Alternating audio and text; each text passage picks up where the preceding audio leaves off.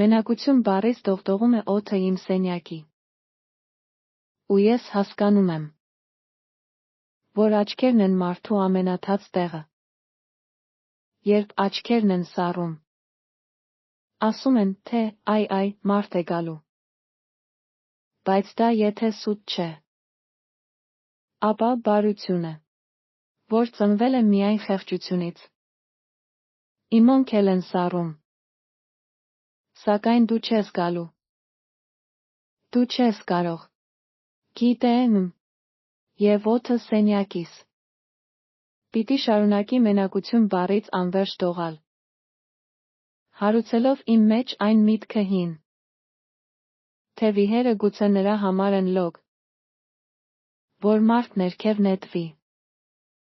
իսկ թե վիհերն իրոք նրա համար են լոկ, որ մարդ ներքև նետվի։ Այդ դեպքում ես։ Ինչպես անեմ։ Կուշ չեմ։ Կուշ կոտրող եմ։ Չեմ կոտրվում, միայն փետրվում եմ։ Եվ դրանից արդեն ես հոգնել եմ։ Ինչպես թուղթն է հոգնել իմ ջանքերից։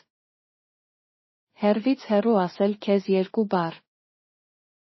որ կարող է նույնքան ինձ թարգմանել,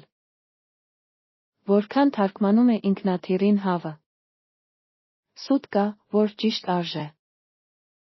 Ու ես հավատում եմ մեր հնարած ստին, թե չենք կորցնի իրար։ Վախ կա, որ մահ արժե։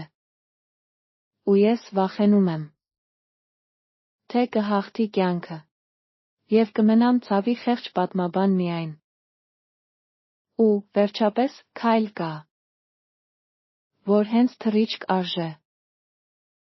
Եվ ինձ դուրս եմ քաշում իմ մտքերի միջից, ինչպես առողջ ակռան բերանից են քաշում։ Բայց հոգնել եմ արդեն։ Եվ հոգնել եմ այնքան, որ չեմ զգում ոչինչ։ Ցավ չեմ զգում անգամ։ Այ թե հնար լիներ չզգալ նաև, որ աչքերն են մարդու ամենաթաց տեղը։ Այլ բանաստեղծությունների համար այցելեք You and World Get Life։